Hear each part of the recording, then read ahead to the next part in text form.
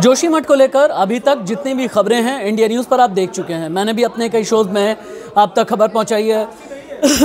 भूगर्भ वैज्ञानिक क्या कह रहे हैं, पीड़ित क्या कह रहे हैं, जोशीमठ, उत्तरकाशी, कर्णप्रयाग, जहाँ जहाँ पर भी दरारें आ रही हैं ये आप देख चुके हैं। लेकिन सवाल ये है कि प्रकृति के साथ में इतना बुरा किया किसने, हमने और आपने। ठीक सुना आपने, हमने और आपने। नमस्ते, मैं राशिद। अब सोच करके देखिए कि गांव का भी शहरीकरण किया जाए, पेड़ काट दिए जाएं तो क्या होगा? प्रकृति अपना बदला तो लेगी ना।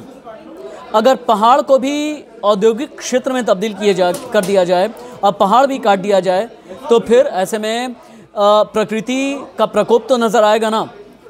मैं आपको एक एग्जांपल देता हूँ। मैं अभी लगभग कुछ महीने पहले मैं घाटी में था, कश्मीर में था, और दुनिया की जो सबसे ख़तरनाक पहाड़ों में से एक है दुनिया के, वो है जोजिला के पहाड़। जोजिला के पहाड़ पर जब मैं जाने लगा, मैंने देखा जोजिला के पहाड़ आड़े तिरछे कहीं से भी बुरी तरह से काटे गए हैं।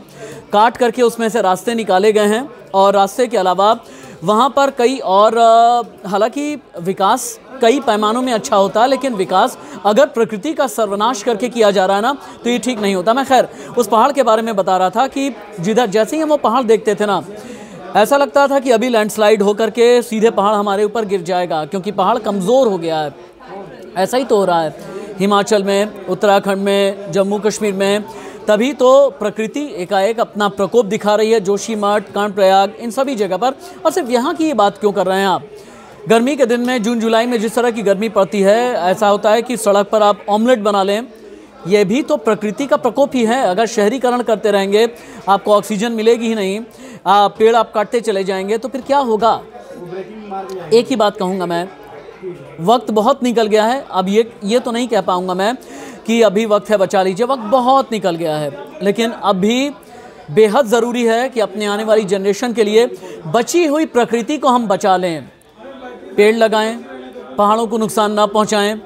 याद रखें कि सैलानी पहाड़ों पर जाते हैं, बहुत बार उसके ज़रिए भी पहाड़ों को बड़ा नुकसान सा पहुंचाया जाता है। कई बार बड़े बड़े होटल बना दिए गए हैं आपके ठहरने के लिए, लेकिन प्रकृति अपनी जगह उस जगह पर रहना चाहती है जहाँ पर उसे कुदरती देन उसके पास में है, जहाँ पर हरियाली है, जहाँ पेड़ हैं, जहाँ पौधे हैं, जहाँ पहाड़ है, जहाँ ऑक्सीजन है। लिहाजा प्रकृति के साथ में जितना बुरा किया, आज की तारीख में वही बदला प्रकृति भी ले रही है। और जैसा मैंने शुरू में कहा था, गुनहगार हम और आप हैं। नमस्ते।